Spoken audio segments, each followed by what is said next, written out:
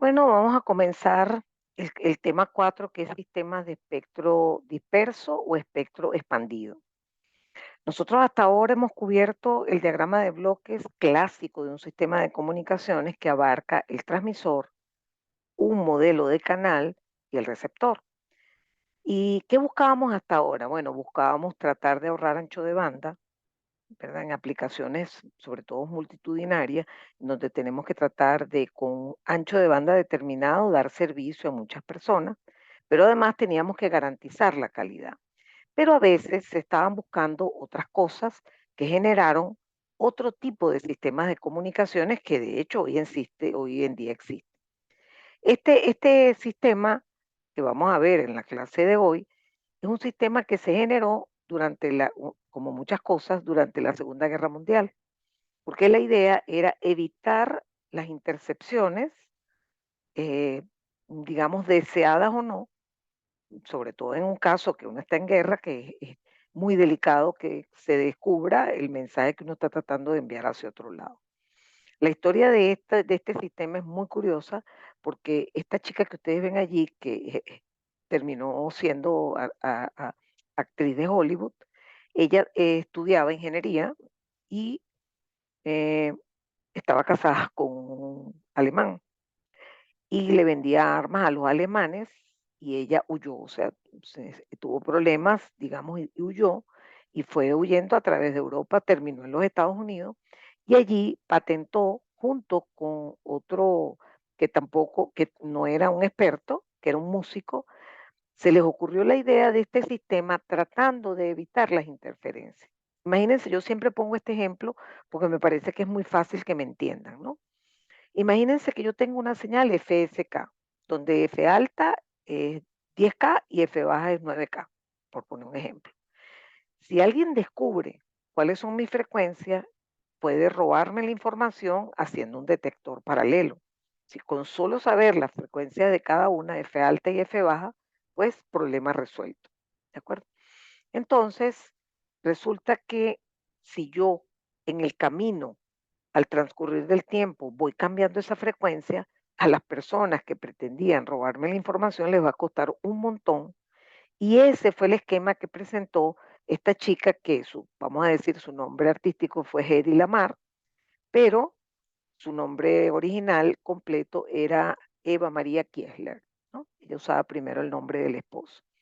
Bueno, ella presentó una patente y por cierto jamás disfrutó de los resultados porque cuando empezó a aplicarse, y van a entender por qué, pues estamos hablando de que el espectro expandido era difícil de manejar en esos años, que 3 años después de que venció la patente fue que se empezó a usar este sistema de espectro disperso.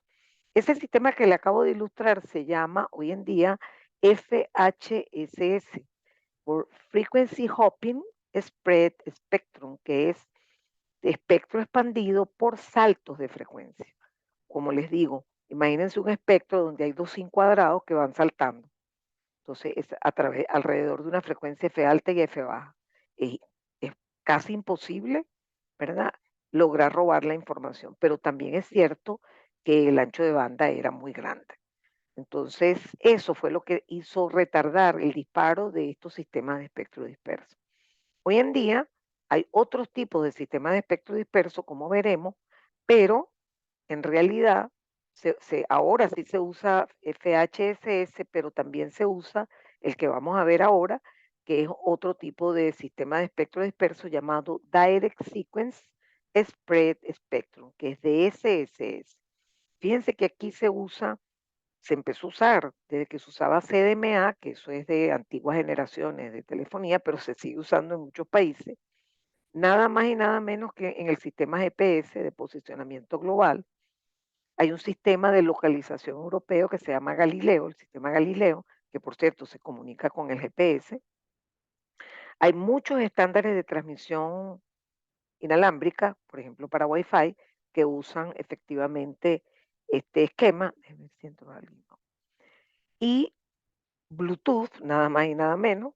Fíjense que por qué es importante en Bluetooth la interferencia, porque usted envía órdenes a diversos equipos que hagan alguna acción, que se prendan, que se apaguen, que se comuniquen. Y si efectivamente hay problemas de interferencia, pues no sirve. Entonces, por eso en particular, estas aplicaciones fueron y son, han sido y son bien importantes y útiles en las comunicaciones digitales. ¿Ok? Aquí les hice una tablita donde se ven algunos estándares, ¿verdad? De comunicaciones, algunos de ellos corresponden a manejo de redes de área local, como por ejemplo Wi-Fi en nuestras casas, que son estos de abajo, o de áreas PAN, que es por ejemplo cuando nos comunicamos con Bluetooth se genera una red PAN, ¿no? Y fíjense que aquí se usan diferentes esquemas de transmisión, entre los cuales están los que vamos a tratar muy brevemente en el tema 4, que es el Spread Spectrum, que son este que es de SSS, este que es Frequency Hopping Spectrum, o FDM, que lo vamos a ver en el tema, en la unidad 5. Fíjense que aquí se hace una comparación entre ellos en el sentido de en qué banda trabajan y qué tipo de velocidad alcanzan, ¿no? En las diferentes aplicaciones. Aquí abajo también les quise poner cómo se comparan ellos en particular con respecto a algunos parámetros, por ejemplo, eficiencia espectral, ¿no?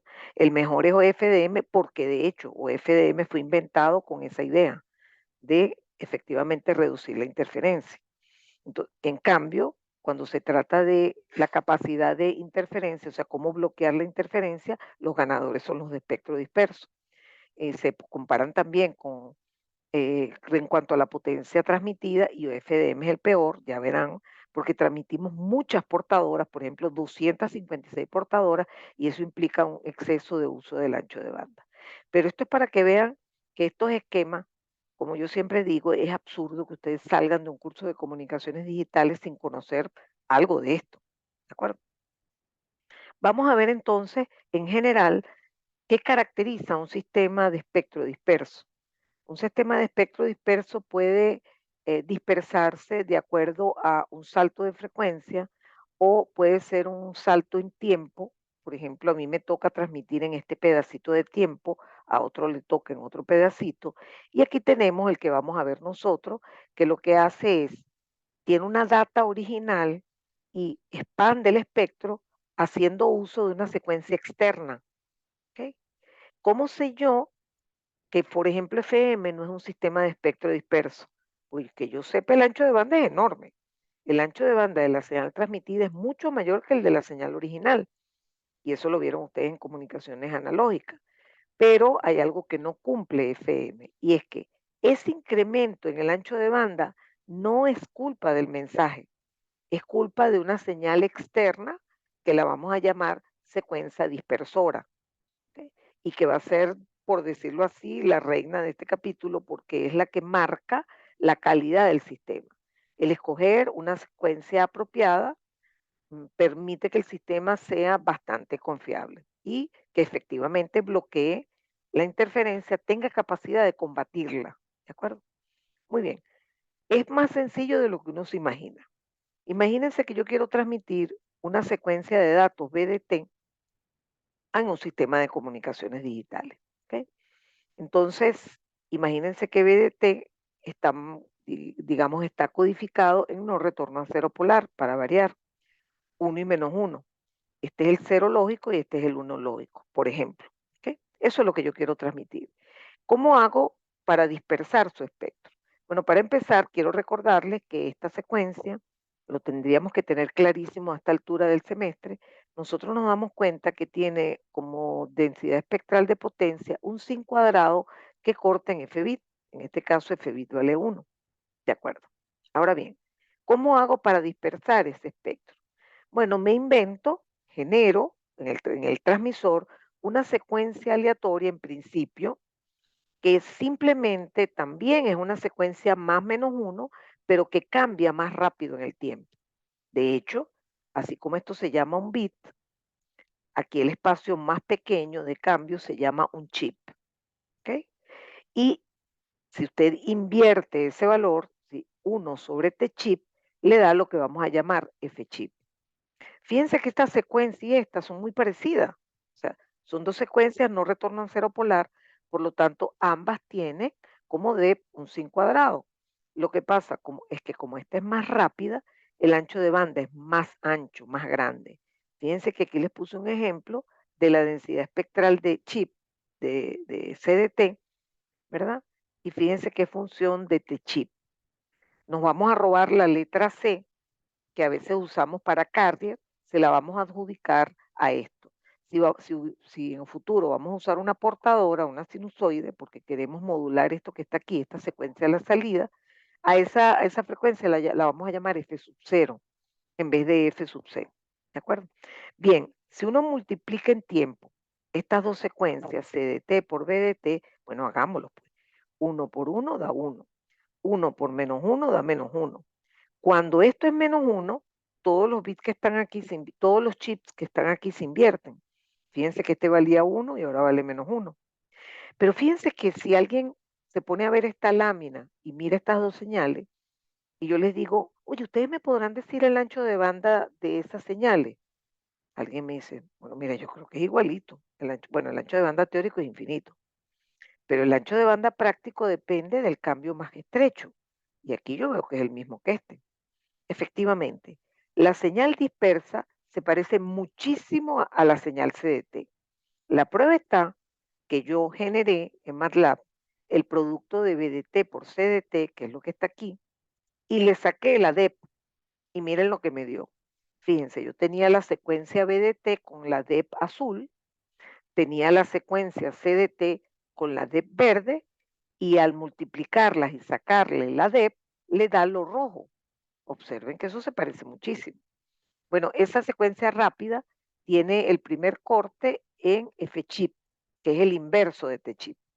Pero lo importante de toda esta historia, que además es malísima porque escogí una relación muy pobre entre F-chip y F-bit, fíjense que les dije que F-bit valía 1 y que F-chip vale 5. Esto es bastante pobre. Se suele tener una relación F-chip entre F-bit mucho más grande. Y de hecho, lo van a ver en un ratico cuando veamos algún sistema completo de transmisión, canal y recepción.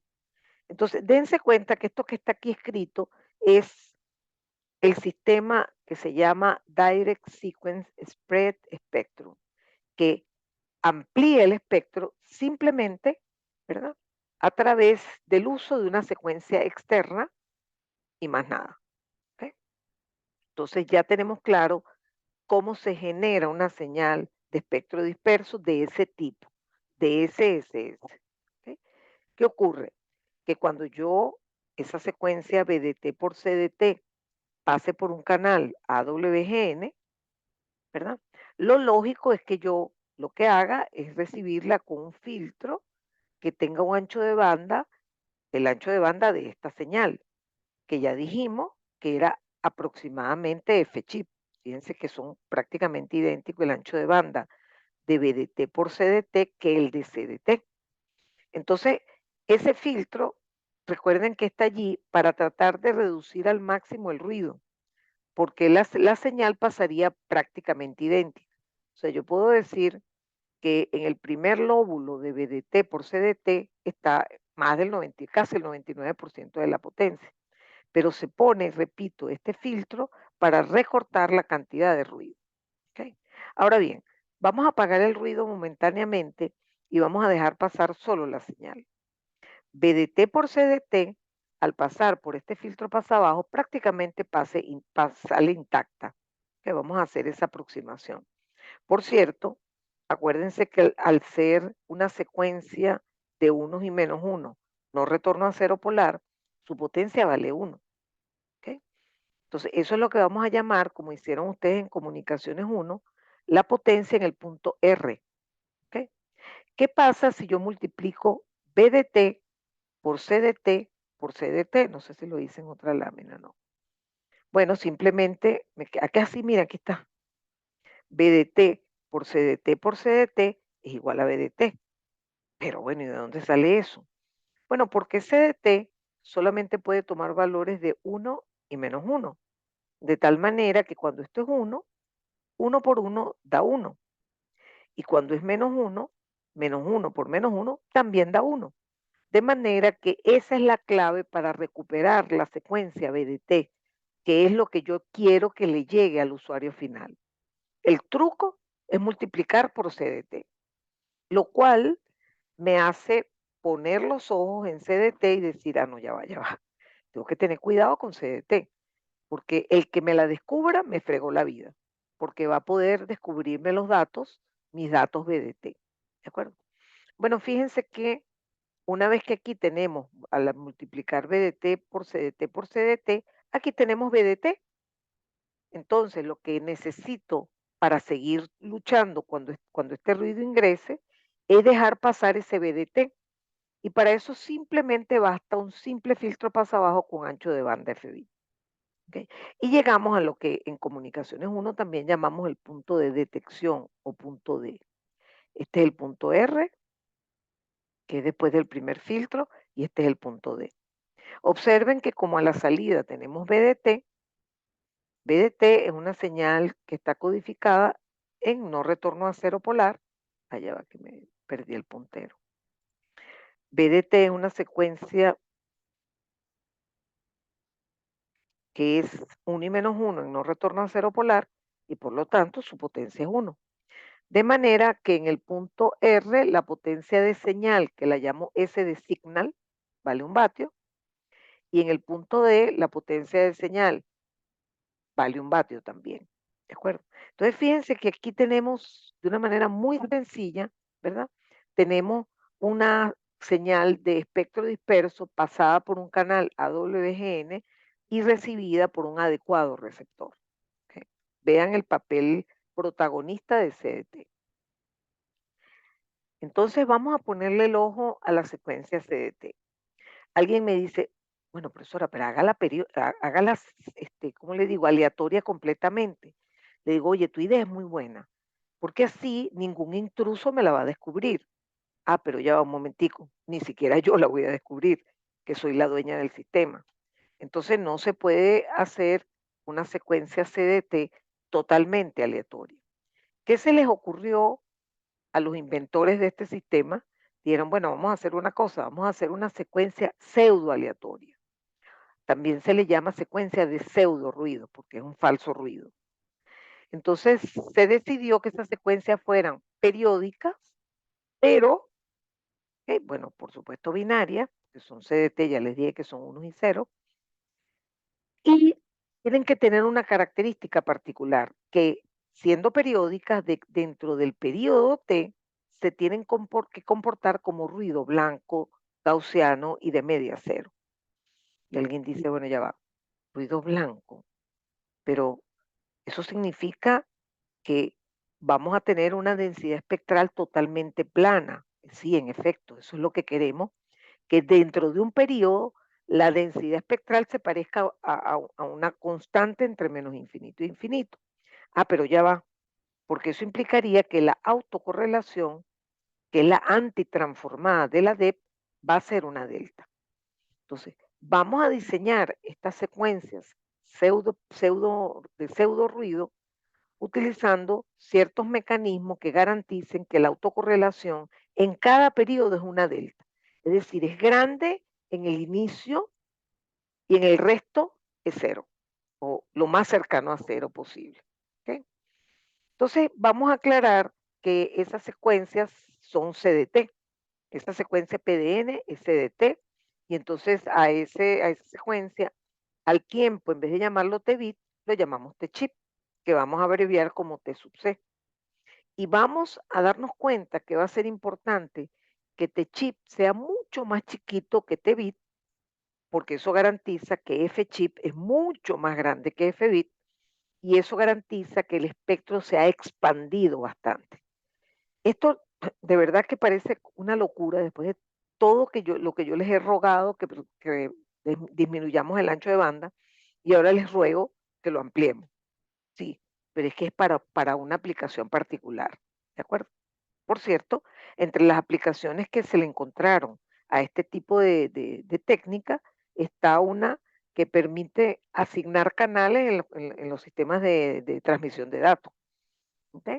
En vez de hacer una multiplexaje o multiplexación en frecuencia, que tú tomas esta frecuencia, yo tomo esta, como en los sistemas celulares, uno va caminando con su teléfono y en este momento me asignan una banda de frecuencia entre 802 y 800 tal. Dentro de un rato voy caminando y paso a otra, me monto en un transporte y me cambio de zona geográfica y me toca otra radio base que me controla. Y me dice, no, no, no, a ti aquí esa banda está ocupada, te asigno tal. Entonces me van cambiando aleatoriamente, ¿verdad? Dependiendo de cómo me voy moviendo yo, me van asignando un espacio específico en frecuencia, una zona de frecuencia, un ancho de banda fijo, ¿ok? Pero en una frecuencia distinta. ¿Ok? Resulta que yo puedo hacer lo mismo asignándole a cada cliente una secuencia aleatoria o pseudo aleatoria diferente. Ustedes van a ver que eso va a permitir tener muchas personas montadas en la misma zona de ancho de banda, montadas una sobre de otra y sin embargo se van a poder recuperar. Eso es una maravilla y por eso el sistema de espectro disperso fue creado para combatir las interferencias y terminó usándose también para asignación de canales en un sistema, por ejemplo, de comunicaciones de datos, originalmente era telefónico, que hoy en día son transmisiones de datos en general. ¿Cómo hacemos para que la autocorrelación se parezca a la del ruido blanco? Bueno, tenemos que satisfacer ciertos elementos dentro de la secuencia. Para empezar, la secuencia va a ser una larga cadena de unos y ceros que se va a repetir. Por ejemplo, se repite cada 8 chips. Entonces, ese es el periodo de la secuencia y vuelve a comenzar. ¿Ok? Por supuesto, se van a dar cuenta que pretender que el periodo sea 8 es una ridiculez. Nosotros vamos a necesitar que el periodo de esa secuencia sea lo más largo posible. ¿Por qué? Porque una de las características que un ladrón de secuencia va a buscar es a través de la autocorrelación. Entonces, él aplica la autocorrelación y va a encontrar picos cuando se repite la secuencia porque nadie se parece más a mí que yo. Entonces, la autocorrelación cuando estemos en fase completa, va a ser máxima. Entonces, si él empieza a tratar de robar mi secuencia utilizando como mecanismo de medición la autocorrelación es una función matemática valiosísima, ¿verdad? Entonces allí yo voy a tener problemas si nada más dura 8 bits, porque el tipo en un momentico me va a descubrir la secuencia, o sea, ya sé que el periodo es 8. Bueno, vamos a generar diversas secuencias aleatorias de tamaño 8 y en un momentico la consigo. En cambio, si la secuencia tiene un periodo de repetición muy largo en tiempo, por ejemplo, yo les puse por ahí un ejemplo de donde el periodo de repetición son como 2000 días. O sea, imagínense una persona dedicada a buscar la repetibilidad en 10 años, eso no tiene sentido. Entonces, rasgo importante es que además de ser pseudo aleatoria, tiene que tener un periodo, ya sabemos que no puede ser aleatoria, que va a ser periódica, pero el periodo tiene que ser grandísimo. ¿Ok? Muy bien. Entonces, la primera propiedad que debe satisfacer, ¿para qué? ¿Para qué? Para obtener que la autocorrelación sea lo más parecido a una delta. Es que en la secuencia haya casi mitad de unos que de ceros, pero van a ver que las secuencias que vamos a generar son impares. Entonces vamos a ver que lo único permitido es que el número de unos y el número de ceros difieran en una unidad. Por ejemplo, el periodo es 15, que es el ejemplo que vamos a ver de inmediato. Entonces puede haber 8 ceros y 7 unos o 7 o al revés. Lo importante es que la diferencia sea una unidad. No pueden haber, por ejemplo, 5 ceros y 10 unos. No, eso no sirve, porque si no la autocorrelación no va a funcionar bien. Luego vamos a tener lo que se llama el balance en cadena. Para eso lo van a entender mejor cuando veamos el ejemplo a continuación. Pero en general, cuando hay varios ceros seguidos, eso se le va a llamar una cadena de ceros. Por ejemplo, hay 5 en la secuencia, hay 5 ceros seguidos. Eso es una cadena de ceros de 5 elementos. Incluso vamos a tener cadenas de un elemento. Entonces, cuando yo tenga un uno que antes tenía un cero y después tenía un cero, o sea, un uno solito, ¿verdad? Eso va a ser una cadena de un elemento, pero también va a ser una cadena. Entonces, dentro de un periodo en el cual se tiene que satisfacer que la autocorrelación se debe parecer al ruido blanco, en ese periodo el número de cadenas de cada uno, de unos y ceros, deben ser iguales. Por ejemplo, hay 8 cadenas. Bueno, 4 tienen que ser de ceros y 4 tienen que ser de unos, de diferentes tamaños. En cada periodo también la mitad de las cadenas del mismo signo tiene longitud 1. ¿Qué significa del mismo signo? 1 o 0, o 1 y menos 1 si ya lo estamos convirtiendo en no retorno a cero polar. La cuarta parte tiene longitud 2, es decir, 2 unos o 2 ceros. La octava parte tiene longitud 3 y así hasta que vamos gastando todos los elementos de esa secuencia pseudo aleatoria. ¿Sí? Cuando estas dos propiedades se cumplan, vamos a encontrar que maravillosamente, ¿verdad? Nosotros podemos calcular la autocorrelación y la autocorrelación va a tener un valor alto, que es igual a n, que es el periodo de la secuencia en este caso, y para el resto de los valores de k, recuerden la ecuación de la autocorrelación, es función de k. Por ejemplo, si k es igual a 0, estamos encontrando c sub 0, que es a sub n por a sub n, o sea, yo con yo, que siempre es máximo, ¿no? Y luego se repite cada vez que llego al periodo. Entonces, los c sub k van a ser máximos en 0, en n, que es un periodo, en 2n, que son dos periodos. Y en el resto va a dar menos 1. La idea es que si yo trabajo con la autocorrelación normalizada, que es simplemente dividir esta ecuación entre 1 entre n, ¿verdad? Los valores van a ser 1, porque al dividir esto entre n me da 1, y menos 1 sobre n, que va a tender a 0 cuando n tiende a infinito. ¿De acuerdo? Entonces, se deben satisfacer esas dos condiciones para lograr que la autocorrelación sea lo que yo espero. ¿Ok? Vamos a ver, digamos, un solo tipo de generación de secuencias, hay muchísimas. Por ejemplo, en CDMA se usan unas secuencias que se llaman Walsh, porque en CDMA se usa espectro disperso no para luchar contra la interferencia, sino para asignar canales. Entonces, las propiedades de esa secuencia son distintas a aquellas aplicaciones en donde yo lo que pretendo es frenar la interferencia. ¿Ok? Entonces, ese generador que vamos a usar se llaman generadores de secuencias máximas o M-sequence. ¿Ok? Son generadores construidos de una manera muy sencilla, por eso son muy usados, hechos con registro de desplazamiento o flip-flops y realimentaciones. ¿Ok? Entonces allí vamos a obtener secuencias que son las más largas posibles. ¿Ok? Van a tener 2 a la m menos 1 chips de longitud. Por ejemplo, si yo tengo 4 registros, como el ejemplo que vamos a ver, tengo que esto da 2 a la 4, que es 16 menos 1. Es decir, que el periodo que se alcanza con 4 registros es de 15. La secuencia se repite cada 15 chips. ¿Ok? Hola Laura, buenas noches. Buenas tardes. Bueno, entonces, si yo con este ejemplo, yo quiero refrescar el hecho de que quiero que el periodo sea larguísimo para que un tipo que está tratando de robarme mi secuencia se aburra. ¿Ok? Imagínense que yo en un generador de este tipo utilizo un reloj de 10 megahertz. Eso sería decir que F-chip es 10, ¿ok? 10 megachips por segundo.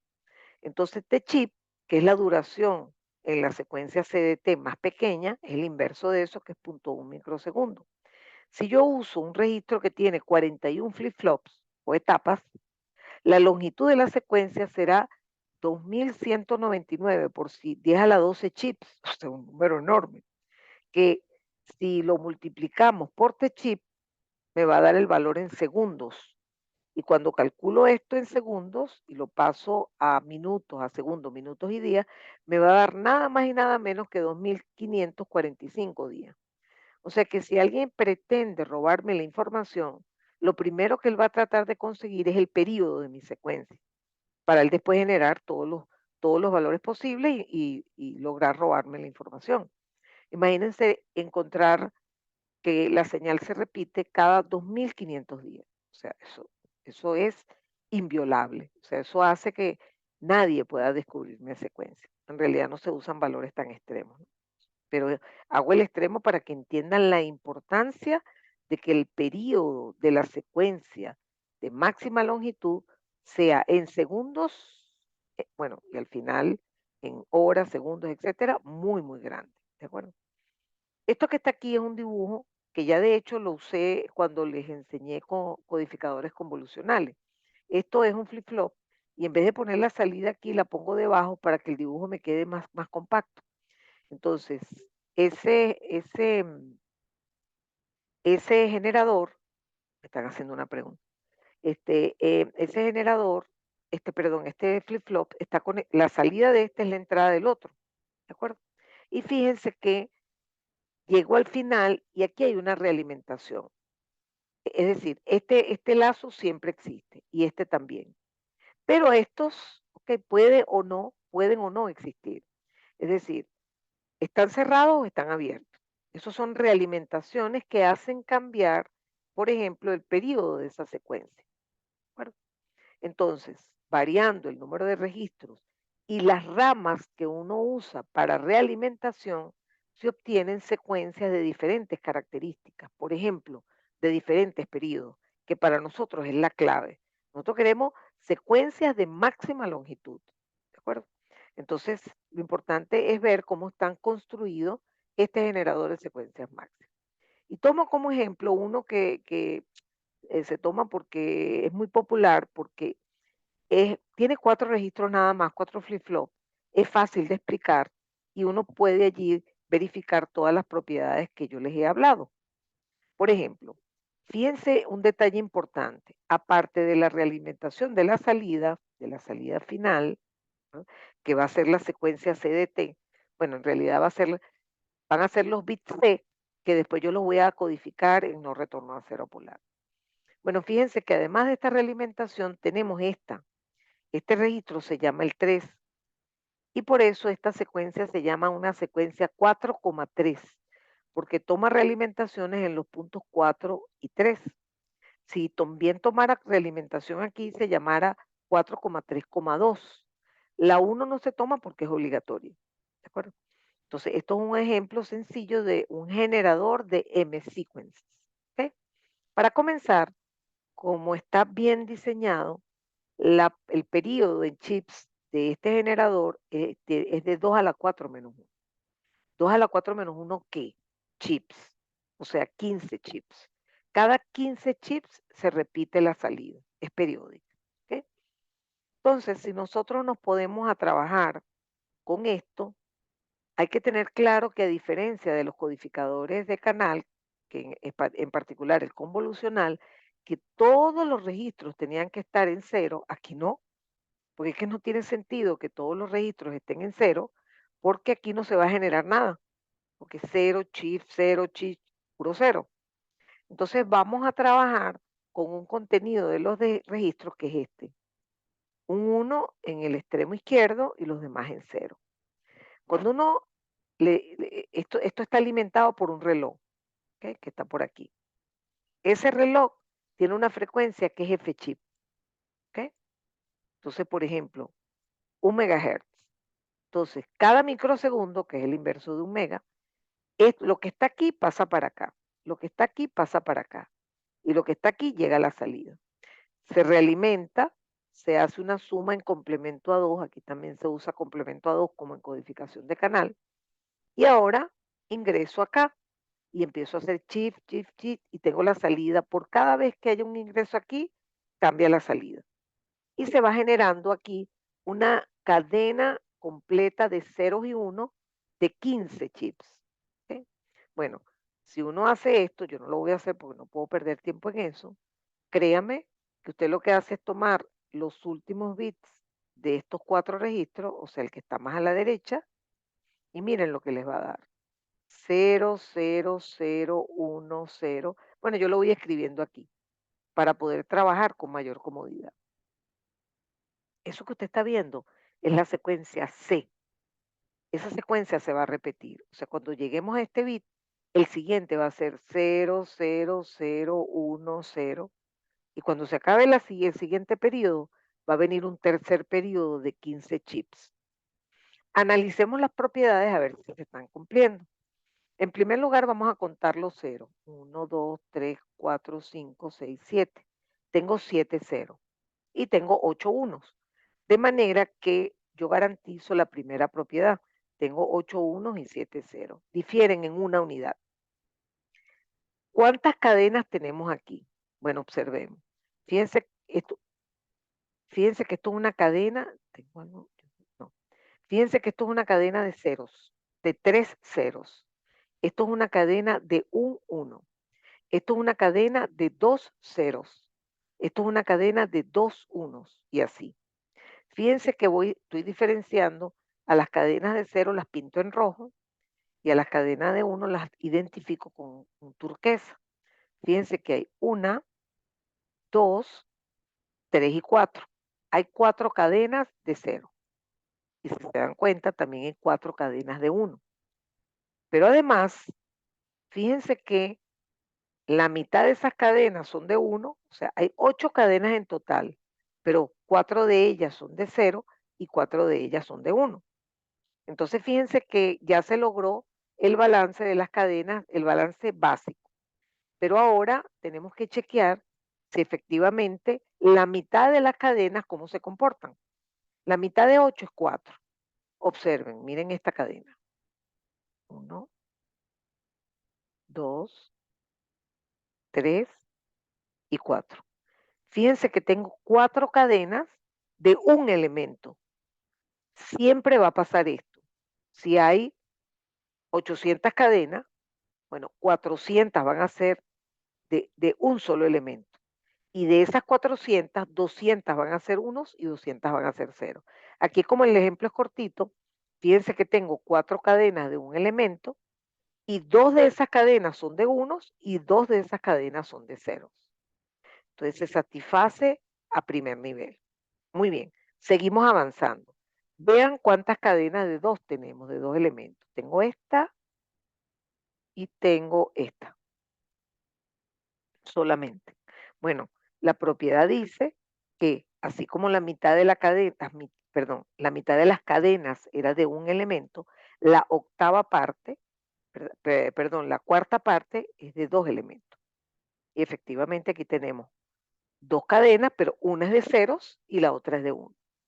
Y aquí prácticamente se acabó el ejercicio porque, por supuesto, lo siguiente sería que la octava parte son de 3, pero el problema es que efectivamente ya llegamos a 3 y fíjense que tengo una sola cadena de 3 elementos.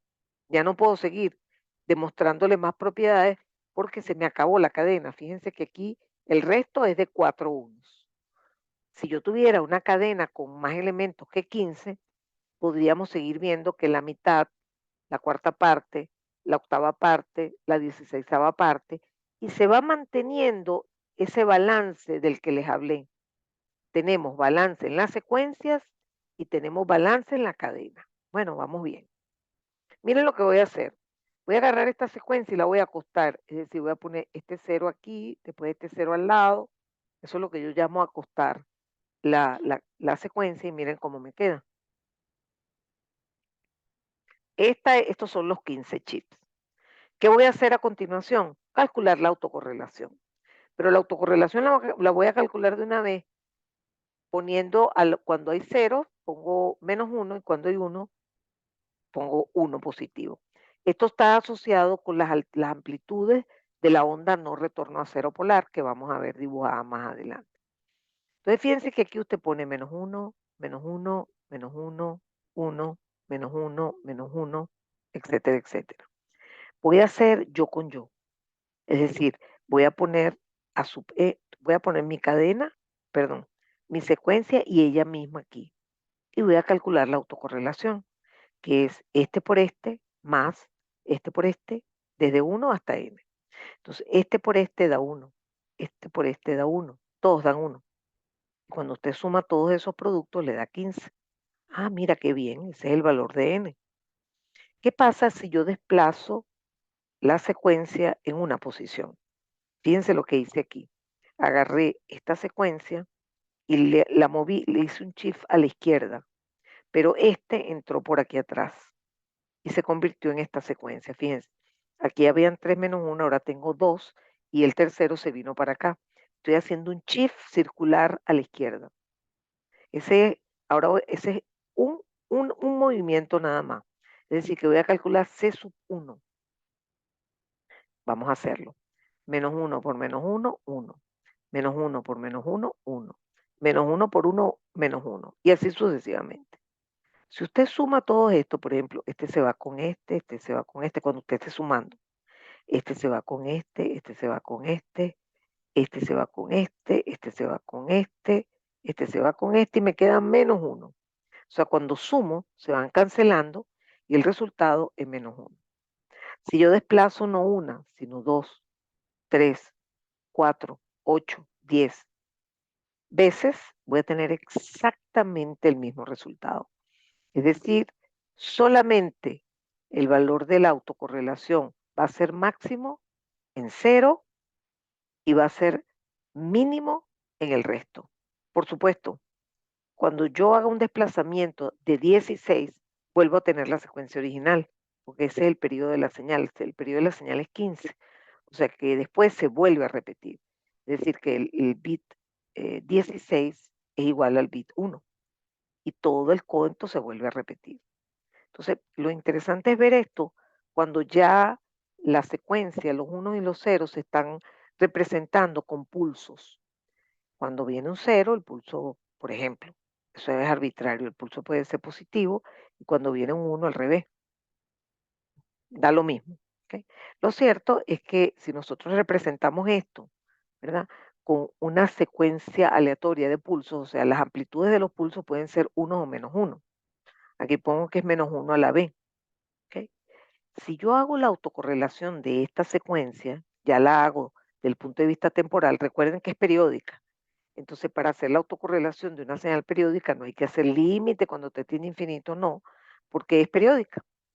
Si yo hago este producto, fíjense que me queda algo parecido a una convolución.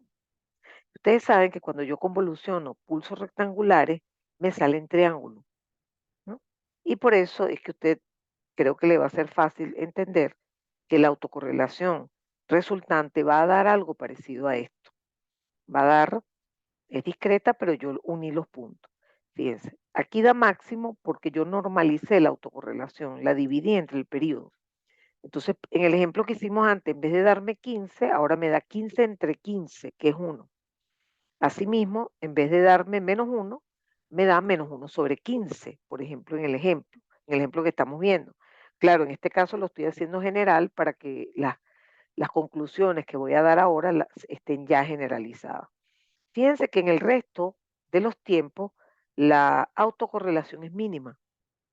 Y después cuando se repite esto, fíjense que se repite cada nth chip en segundos, ¿ok? Porque el periodo, por ejemplo, es 15 chips y el periodo en segundo es 15 multiplicado por el tiempo t chip. Entonces fíjense que se vuelve a repetir. Resulta que si yo le saco la transformada de Fourier, la autocorrelación, me da la DEP. Y miren lo que encontramos. Encontramos algo bien interesante. Como esto es una señal periódica, la representación espectral, usted sabe cómo es. Es un tren de deltas infinitos, ¿ok? Que tienen peso C sub 0, vamos a llamarlos así. Pero fíjense cuál es la distancia entre esas deltas. Bueno, ustedes saben que cuando usted tenía un periodo T, las líneas espectrales estaban en 1 sobre T, 2 sobre T, etcétera, y la distancia entre ellas era T, era 1 sobre T. Y eso está pasando exactamente aquí. Entonces, observen lo que les quiero decir. Cuando n es muy grande, esto tiende a cero. Y es entonces que aparece una densidad espectral continua, como la que le dibujé al comienzo de la clase, que corresponde a la densidad espectral de una secuencia CDT, cuyo corte está en F chip, que es el inverso de T chip. ¿Ok? Y eso también, si uno lo hace como un ejercicio de señales y sistemas, usted va a encontrar este resultado. Les recuerdo que estamos estacionados estudiando la secuencia CDT porque ella va a ser la responsable de dispersar el espectro adecuadamente. Y ya expliqué lo que significa adecuadamente. ¿Ok? Vean que una vez que yo tengo la señal en banda base, obvio que la puedo modular, pero pongan atención a lo que les voy a decir. La voy a modular porque probablemente la quiero enviar por el aire y esto no lo puedo enviar por el aire, pues esto es una señal banda base. Por eso es que existe la modulación. Pero lo cierto es que no me pongo a inventar de buscar una modulación más allá que una binaria, porque entiendan cuál es la idea. Las modulaciones M-áreas que nosotros vimos reducían el ancho de banda. ¿Qué sentido tiene que yo aquí me ponga a usar 256 QAM? Pero señor, si lo que estamos es tratando de expandir el espectro, no lo haga. Entonces vamos a simplemente necesariamente modular en PRK porque queremos enviarla al aire y no la podemos enviar en banda base. Pero de ahí para arriba no tiene sentido usar otra modulación. ¿Ok? Entonces, ¿qué va a pasar? Que cuando BDT por CDT sea -1, voy a tener, por ejemplo, un menos coseno, y cuando BDT por CDT sea 1, voy a tener un coseno positivo, o sea, un coseno más coseno. ¿Ok? Una señal PRK que usted se la sabe de memoria, así como se sabe caracterizar la señal, cualquier señal no retorna a cero polar. Por eso es que es necesario dar esto al final del curso porque ya tenemos todo visto y es mucho más fácil de entender. Por no decir que es muy difícil de hacerlo si no hemos visto lo que abarcamos en las unidades 1, 2 y 3. ¿Cómo se demodula y se obtiene una señal que era primero banda base y después se convirtió en una señal modulada? Bueno, muy fácil. Si usted tiene esto, cualquiera lo sabe desde comunicaciones 1, usted simplemente agarra esa señal y la multiplica por coseno y después la pasa por un pasabajo, obvio. ¿Ok? Y entonces le quedaría BDT por CDT. De tal manera que eso es lo que estamos haciendo aquí. Multiplicamos por coseno de omega 0 t, en principio, y supongamos que ya me queda BDT por CDT. De tal manera que ahora lo que hago es generar CDT para tener BDT por CDT por CDT que sabemos que da BDT. Entonces ya hemos logrado rescatar los datos para ese modelo que implica una transmisión pasabanda. ¿Ok? Ahora bien, les cuento que yo podría hacer lo siguiente. Yo podría tener mi señal modulada, multiplicarla primero por CDT, no hay problema, y después de modularla. Da exactamente lo mismo. Siempre vamos a necesitar que la portadora esté perfectamente sincronizada con el transmisor, es decir, que tenga la misma frecuencia y fase en el transmisor, porque si no, como ustedes saben, desde Comunicaciones 1 vamos a tener bastantes problemas. Muy bien. Aparte de que usted entienda cuál es la filosofía de los sistemas de espectro disperso, aparte de que usted entienda cómo se hace un transmisor receptor de SSS, que es el único esquema de espectro disperso que vamos a ver, nosotros necesitamos ir más allá. Yo quiero que ustedes salgan de este curso conociendo dos elementos que caracterizan a un sistema de espectro disperso.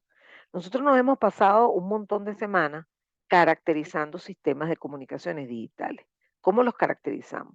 Bueno, hicimos su constelación, la construimos, vimos la distancia mínima, determinamos su ancho de banda, determinamos la probabilidad de error.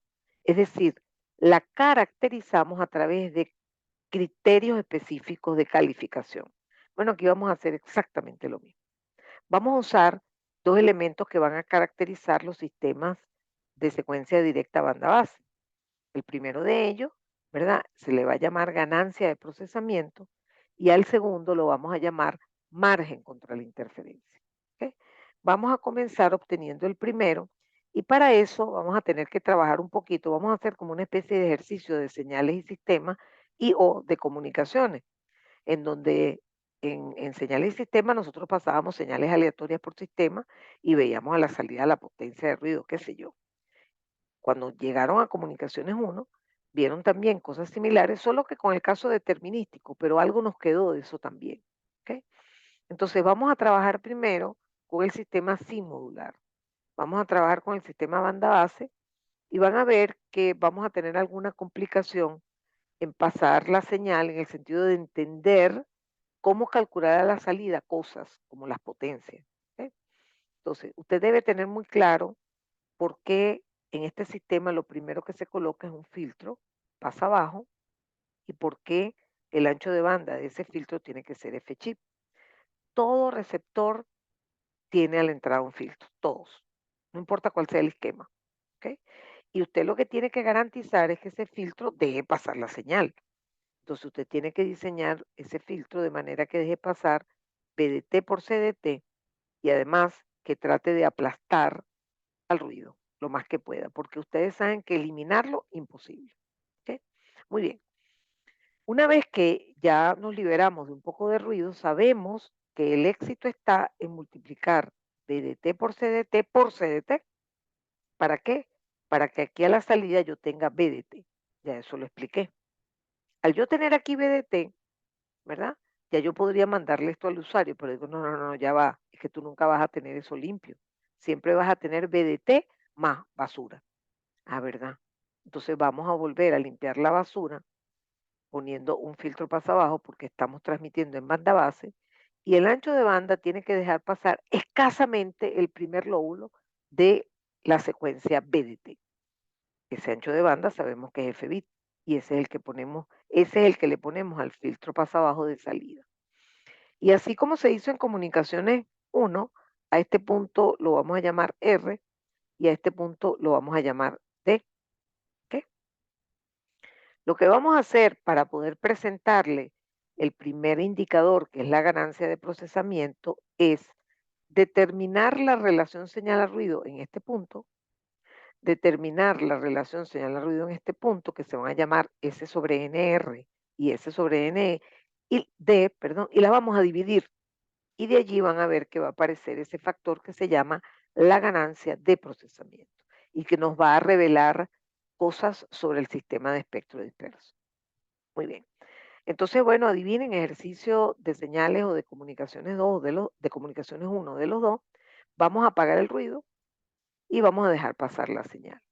BDT por CDT es una secuencia binaria que está codificada en no retorno a cero polar más menos 1. Como eso es lo que está en este punto, ¿verdad? La potencia vale 1, porque toda señal no retorno a cero polar entre más menos 1 tiene potencia 1. ¿Ok? Si esa señal yo la multiplico por CDT, no hay ruido, aquí me queda BDT y por lo tanto aquí también voy a tener BDT. Esa secuencia BDT también es no retorno a cero polar más menos 1. Por lo tanto, también va a tener potencia 1. Esto fue requete fácil. Pasar una señal no retorno a cero polar por este sistema es pan comido. ¿Ok? Recordemos que las densidades espectrales de las secuencias BDT y CDT son sin cuadrados que cortan en F-bit y en F-chip respectivamente. Aquí les pongo la fórmula para que las recuerden.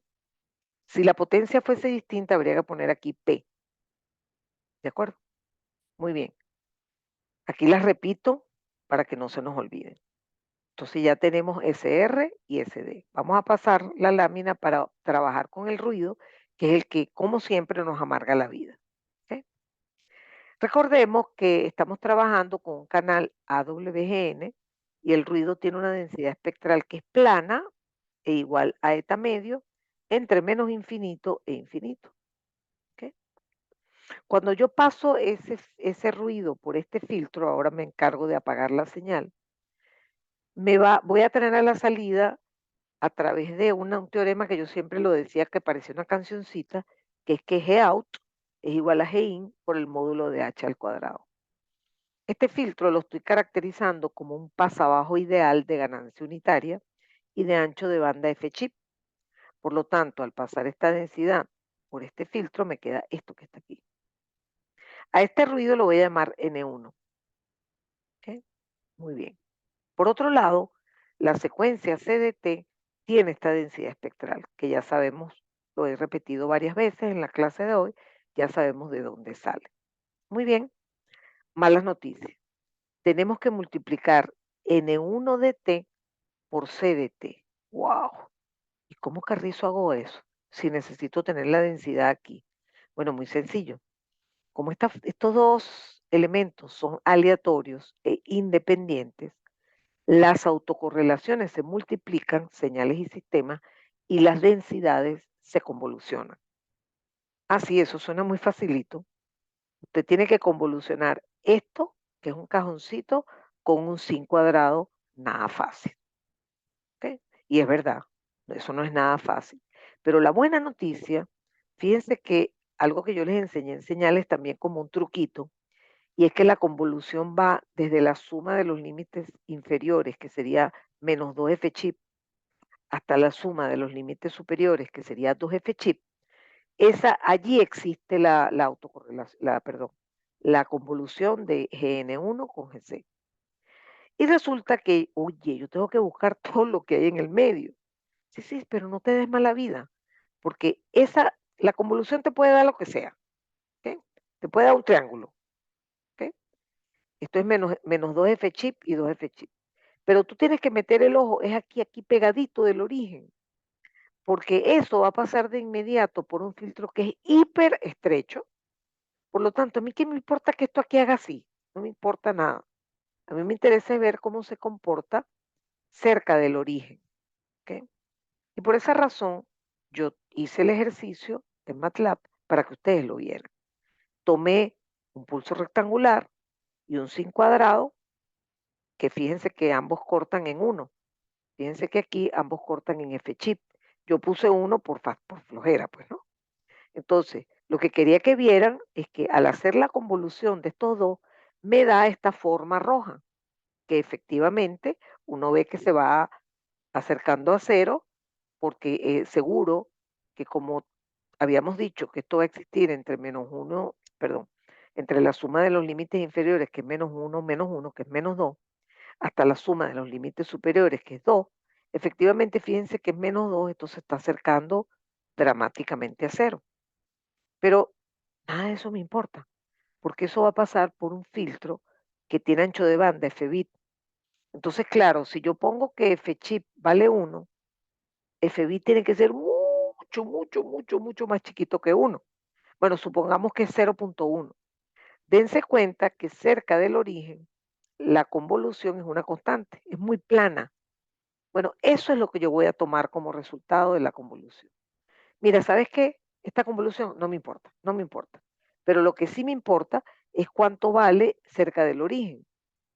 Y para eso hago la convolución en el punto donde se consiguen, donde usted sabe que uno viene, cuando uno hace la convolución, uno voltea uno de los dos y los va paseando. Y en este caso la convolución va a ser máxima en el origen, cuando coinciden el sin cuadrado con el cajón. Entonces, hacer la convolución es integrar el producto. Entonces, el pulso rectangular tiene eta medio y esto es un sin cuadrado con esta expresión, que por eso se las escribí, para que sepan de dónde yo la saqué. Eso lo aprendimos en clases anteriores. Muy bien, les recuerdo que yo les demostré por teorema de Rayleigh que T-chip sin cuadrado de F-chip, perdón, T-chip sin cuadrado de F-chip integrado entre menos infinito e infinito vale 1. Ah, no, no, pero es que aquí no lo estoy integrando entre menos infinito y infinito, estoy integrando entre menos F-chip y F-chip. Sí, sí, pero eso es grandísimo. Por lo tanto, esto lo vamos a aproximar a 1, este integral. ¿Ok? Y de allí entonces es que resulta que esta tapa de la convolución, este valor que está aquí, da eta medio. Por supuesto, al dar eta medio, al pasar por el filtro pasabajo estrecho que corta en F-bit, esto es lo que va a quedar. O sea, esta es la densidad del ruido a la salida. Fíjense que la deducción se las trae, ¿no? Bueno, pero es que a mí ni siquiera eso me interesa. A mí me interesa es calcular ND, que es el ruido, perdón, es la potencia del ruido a la salida, que es la integral de la adepto, que da eta por F bit entre 2. ¿Ok? Bueno, señores, ya tenemos la potencia del ruido aquí. Tengo que calcular la potencia en el punto R, que es esta área, que me da también base por altura sobre 2, que me daría 2F chip por eta medio. Entonces, eta R me da eta F chip, perdón, NR me da eta F chip y ND me da eta F bit. Entonces, observen. En la lámina anterior obtuve SR y SD y ambos valen 1. Ahora que obtuve NR y ND. En la próxima lámina voy a calcular S sobre NR, S sobre ND y los voy a dividir. ¿Ok? Muy bien. Eso me va a dar lo siguiente. Cuando yo calculo S sobre NR me da esto y esto me da S sobre ND. Si los divido, miren lo que me dan. Fíjense que aquí cambié la letra C, puse chip completo. ¿Por qué? Porque voy a hacer mucho énfasis en la conclusión. ¿Ok? Oigan lo siguiente. La ganancia de procesamiento se define justo como eso. Se define como la división de F chip entre F bit. ¿Ok? Eso es E. Pero en realidad, si yo ahora les hago la demostración para el caso pasabanda, nos vamos a dar cuenta que la relación no va a dar F chip entre F bit, sino que aquí va a dar 2 F chip entre F bit. Y si lo hiciéramos para otra modulación que tiene otro ancho de banda, eso nos va a cambiar. Entonces, uno descubre haciendo varios ejercicios que en realidad la relación entre relaciones señales a ruido es igual a el ancho de banda de la señal dispersa. Por ejemplo, en banda base el ancho de banda es F chip, pero en pasabanda el ancho de banda es el doble, es 2F chip, entre el ancho de banda de la señal original que es F bit. Esto es muy importante. ¿Ok? Repito, solo en el caso banda base, al dividir las relaciones señal a ruido, me da este valor F chip entre F bit. Si yo lo hiciera en el caso de PRK, me daría 2 F chip entre F bit, pero G seguiría siendo F chip entre F bit. ¿Ok? Por lo tanto, aquí yo digo que esta relación me da G y en el caso pasabanda me va a dar 2G, siendo G la ganancia de procesamiento. ¿Ok? Ay, yo quería decirles algo ahorita y se me olvidó. Déjenme decir, me acuerdo que era lo que les iba a decir. Bueno, ah, una vez que obtenemos ese valor, la gran pregunta es, ya vaya, profesores, ya va, ya va. Y, es decir, ¿cómo sabe usted que ese sistema es bueno? Bueno, les recuerdo que cuando ustedes vieron FM, cuando calculamos la relación señal a ruido en el punto R, casi nos echamos a llorar. Y cuando llegamos a la relación señal a ruido en el punto final, en el punto de detección, nos dio un número enorme y nos contentamos muchísimo. Bueno, efectivamente, este sistema tendrá mejor calidad en la medida que esta relación sea más grande. Esto tiene que ser grande. Eso implica que F chip tiene que ser mucho mayor que F bit. Por ejemplo, si F chip es 10 F bit, G vale 10. ¿Ok? Entonces, vamos a darnos cuenta que los valores de G, digamos, tienen que ser grandes porque si no, todo lo que les acabo de explicar no tiene sentido. Entonces, se persigue fuertemente que la dispersión, que así se llama la relación entre F chip y F bit, sea muy grande. O lo que es lo mismo, que G sea muy grande. ¿Ok? Eso es lo que define la calidad en cuanto a la recuperación frente al ruido. O sea, cómo se comporta esto frente al ruido. Y eso no lo pueden olvidar. ¿De acuerdo?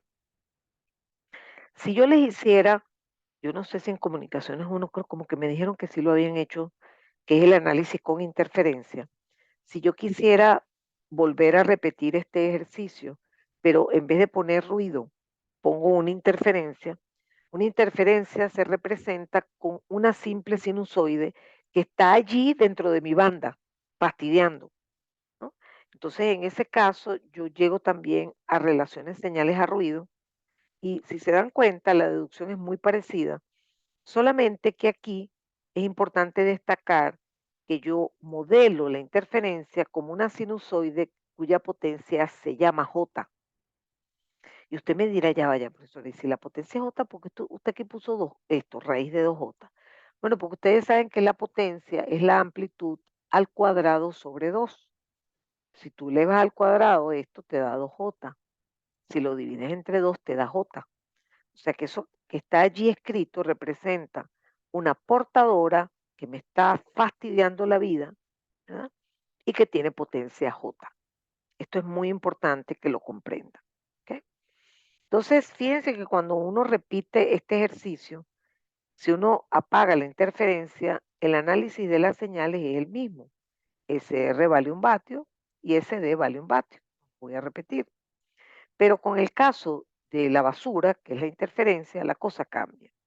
Fíjense que toda señal que tiene potencia J, no importa que sea determinística o aleatoria, ¿verdad? Porque eso lo vimos también en señales, su densidad espectral es esta.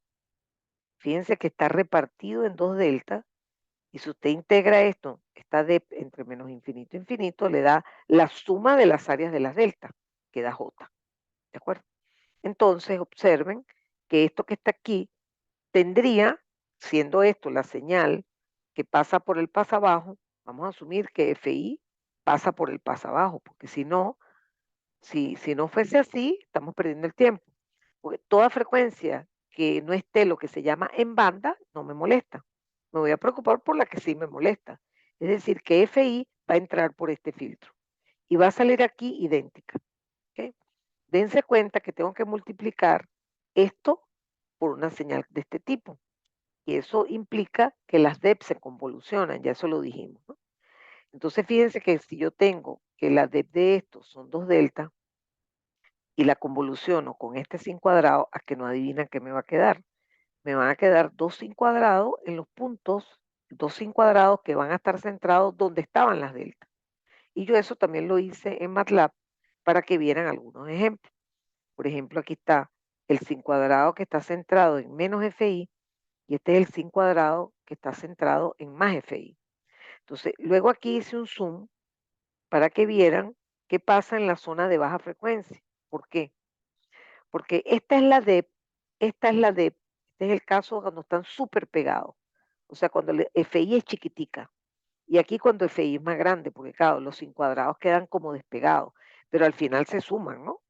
Entonces, fíjense que igual, cuando uno hace un zoom, uno se da cuenta que, digamos, eso puede aproximarse, dependiendo de eso que acabo de decir, a una constante. ¿Ok? ¿Y por qué me preocupo tanto por eso? Porque igual que el ejercicio anterior, como esto al final, esa convolución que genera una DEP, me va a interesar es solo la parte más cercana al origen, entonces a mí no me importa qué forma tiene esto, que si es todo esto. O sea, la forma de la DEP me va a dar esto que está aquí. Pero eso a mí no me interesa. A mí me interesa es lo que está en la zona más cercana al origen. ¿Ok? Entonces, en ese caso, va a pasar algo similar que con el ruido, que al pasar por ese filtro, la densidad espectral va a estar reducida a el área de algo que se parece a un rectángulo también. ¿Ok? Y logramos en ese caso encontrar efectivamente una potencia que ya no es de ruido, potencia de interferencia a la salida. ¿Ok? Hecho eso, muy rápidamente la parte de la interferencia la hicimos porque en realidad lo único que me interesaba de esta parte era encontrar ND.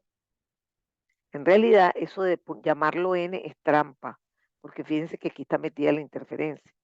Pero lo voy a llamar igual para darme cuenta de lo siguiente. Esto es el ruido de interferencia a la salida. Feo que lo llame N, pero no importa, lo voy a llamar así. ¿Por qué? Fíjense bien en esta fórmula de ND. Fíjense que da 2J por T chip por F bit. ¿Ok? Vean lo que daba antes con el caso del ruido. Estamos buscando ND. ND nos daba eta F bit. Entonces, si comparamos esos dos resultados, yo puedo trabajar el caso de interferencia como si tuviera un ruido cuyo eta es este. Entonces, para eso se hace esta demostración. ¿Ok? Muy bien, vamos a mantener eso en mente. Y ahora vamos a pasar, digamos, a unir los dos efectos. Supongamos que yo ya sé qué pasó cuando tenía solo ruido. También sé qué pasó cuando tenía solo interferencia. Y me di cuenta que ND, para el caso de interferencia, oye, era estructuralmente parecido perdón, estructuralmente parecido al caso de ruido, fíjense, solamente que eta entre comillas, ¿ok? Eta entre comillas, vamos a llamarlo NJ, eta J, sería 2J chip. Entonces, Ya tengo identificado esos términos, ya tengo identificado lo que es la relación entre relaciones señales a ruido, que en el caso banda base me da G, ¿ok? Y ahora me empiezo a preguntar, ¿cómo calcularía yo la probabilidad de error a la salida?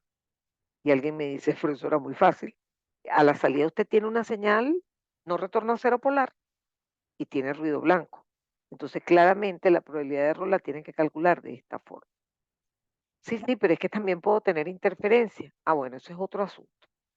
Nosotros aquí, usando ese parecido entre el eta J y el eta que teníamos con ruido, trabajamos de la siguiente manera. Uno, este factor sabe que lo puede convertir en una función de la potencia por TeV, porque la energía es la potencia por TeV. ¿Ok? Y poner eta como el eta J. Y va teniendo un resultado que permite llegar a esta relación numérica, ¿ok? Que la vamos a poner en forma logarítmica. Y eso me va a dar origen a lo que se llama el margen contra la interferencia. El margen contra la interferencia se define como 10 log de J entre CR. Es decir, se define el margen contra la interferencia como la ganancia, en el caso banda base, la ganancia en decibeles menos 10 log de E sobre eta. Ajá, ya va. ¿Cómo se interpreta eso? No me importa cómo se dedujo, me voy a concentrar en la fórmula. ¿Ok? ¿Cómo se dedujo eso? Se dedujo asumiendo que teníamos ruido, que teníamos interferencia, que la modelábamos como otro ruido y que yo tenía una meta que alcanzar de probabilidad de error. Por ejemplo, supongan que yo quiero que la probabilidad de error me da 10 a la menos 7. Cuando usted busca en la tabla 10 a la menos 7, usted consigue un valor de lo que está en el argumento de la Q. Y por lo tanto, puede despejar E sobre eta. Supongamos que 10 log de E sobre eta da 10, supongamos. ¿Ok? Supongamos que usted lo hizo muy bien y obtuvo una ganancia de procesamiento, que es esto, de 30 dB. Que eso implica que 10 log de F chip entre F bit es 30. Ojo, eso implica que F chip es 1000 veces F bit para que dé 30. ¿Ok? Si F chip es 100 F bit, en decibeles daría 20. Es un tratamiento similar a lo de la atenuación, ¿no? Que vimos en decibeles. Bueno, entonces fíjense, yo necesito que usted me dé una probabilidad de error de 10 a la menos 7. Usted verá qué hace. Bueno, mira, yo para darte eso necesito que E sobre eta valga 10, por ejemplo. Entonces, el logaritmo, esto también da 10 dB. Y resulta que yo invertí dispersando bastante y esto vale 30 dB. ¿Ok? 30 menos 10 me da 20 dB. Eso es lo que se llama el margen contra la interferencia. Voy a poner el número. ¿Ok? 20 dB. Bueno, resulta que eso lo que significa es que este valor, que es J, ¿verdad? Puede ser tan grande como 100, porque 20 dB llevado a lineal es 100, puede ser tan grande como 100 SR, puede ser tan potente como 100 veces SR, porque si usted pone aquí 100 SR, se le va el SR y le queda 10 log de 100, que es 2. Entonces me daría 20 el logaritmo, o sea, 10 log de ese valor me daría 20 y todos sabemos que eso es un valor bastante grande. ¿Eso qué significa? Repito, que lo que usted quiere para, o sea, es como usted, yo voy a ahorrar plata para tener una probabilidad de error, que es la que quiere el cliente. Y además voy a invertir haciendo una dispersión bastante grande. Bueno, listo. Eso le va a traer beneficios porque usted aquí ahorró, invirtió en 30 dB y aquí apartó, los tiene ahí apartaditos, 10 dB para tener esta probabilidad de error. Por lo tanto, le quedan 20 dB para combatir la interferencia. Y por eso a eso se le llama el margen contra la interferencia. Entonces, usted ya sabe cómo es un sistema de espectro disperso y cuáles son los parámetros que lo definen. ¿De acuerdo? En el sistema de espectro disperso especial que nosotros estudiamos, que es DSSS, que es dispersión a través del uso de una secuencia pseudoaleatoria, ¿verdad? Usted sabe que quien controla todo eso es la secuencia CDT. Esa es la campeona, ¿de acuerdo? Y entonces, esto es lo que me va a permitir que ustedes comprendan, digamos, cuál es el objetivo de un sistema de espectro disperso, cómo puedo comparar dos sistemas de espectro disperso, utilizando los criterios que les acabo de decir, la ganancia de procesamiento, que es en dB, y el margen contra la interferencia, que también es en dB, y usted allí puede caracterizar y trabajar también con probabilidad de error, como lo veníamos haciendo antes, porque fíjense que en el fondo el esquema no ha cambiado mucho. Usted tiene una transmisión no retorno a cero polar, si es banda base, o PRK, si es pasabanda, pero la forma de generarla fue transmitiendo una secuencia rápida, multiplicando BDT por CDT, y eso fue lo que usted transmitió. Y eso fue lo que esa dispersión fue lo que le permitió combatir a los intrusos y al ruido en el camino, ¿verdad? En el canal, por ejemplo, para obtener el ancho de banda que usted quería y para obtener también el ancho de banda que implica una dispersión fuerte en general y para obtener también una probabilidad de error target, objetivo. ¿Estamos de acuerdo? En este caso, si estuviésemos trabajando con el caso pasabanda, realmente la situación simplemente sería un poquito más complicada porque en el receptor lo primero que posiblemente vamos a hacer es demodular, ¿no? Es decir, probablemente vamos a coger este esquema, como ya lo explicamos antes. Y en ese caso, la deducción de la relación entre relaciones señales a ruido es un poquito más complicada, pero no tanto, porque fíjense, esto es ruido blanco, usted aquí en el receptor lo primero que pone es un pasabanda porque es una señal PRK. Un pasabanda que esté centrado en la frecuencia de portadora y que el ancho de banda sea 2F chip. ¿Para qué? Para rebajar el ruido lo más posible. En ese caso, el punto R está aquí, entonces evidentemente va a ser un poco más difícil porque cuando usted el ruido blanco lo pase por el filtro pasabanda, le va a dar una DEP así. ¿Sí? Y esa DEP se corresponde a un ruido que está aquí y que después usted lo va a multiplicar por CDT. Vamos a llamar este ruido otra vez N1. Lo multiplicamos por CDT, o sea que voy a tener que volver a hacer una convolución de las densidades espectrales, pero al final va a tener un resultado similar, o sea que la deducción, nosotros vamos a trabajar en el examen solo con sistemas banda base. El sistema pasabanda se los muestro porque es importante que ustedes entiendan, pero por la limitación de tiempo no puedo dedicarle muchas clases a esto, que tendría que hacerlo para con calma, que usted se dé cuenta que esta es la densidad del ruido filtrado, que después cuando lo multiplica por coseno pasa como cuando uno demodulaba, que esto se subía al origen, esto se bajaba al origen y se generaba el doble, porque usted terminaba pasando eso por un filtro pasabajo. Entonces, esta es la densidad del ruido aquí, este eje chip, o sea, la densidad de la secuencia CDT, al multiplicarse en tiempo, se convolucionan las DEPs y ahí volvemos a caer en la misma historia, pudiendo obtener al final ND, que es el área debajo de la DEP. ¿Ok? Bueno, haciendo más o menos lo mismo, miren que encontramos que la relación entre relaciones señales a ruido es el doble de antes. ¿Ok? Y eso es evidente, porque la modulación esparce. Entonces, por eso, cuando usted pasa de banda base a PRK, usted sabe que el ancho de banda se duplica. Eso es a favor. Pero si usted ahora se empeña en usar modulaciones M-área, porque sí, porque lo aprendió de antes, digo, pero no, porque estás contradiciendo el punto de partida inicial, que el espectro se disperse.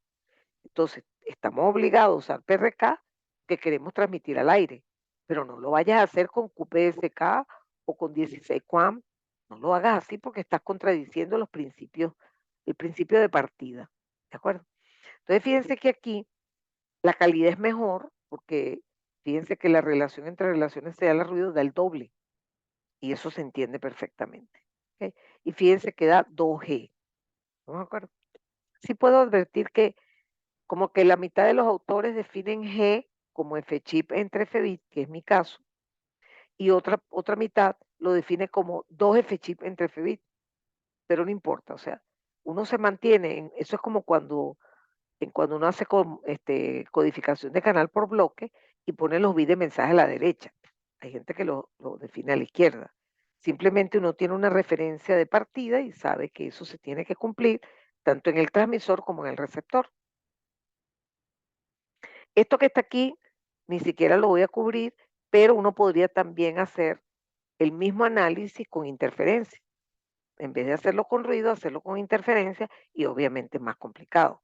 Pero no lo vamos a ver como lo dicen las letras rojas arriba, no lo vamos a ver en detalle, solo lo vamos a ver a título informativo. ¿De acuerdo?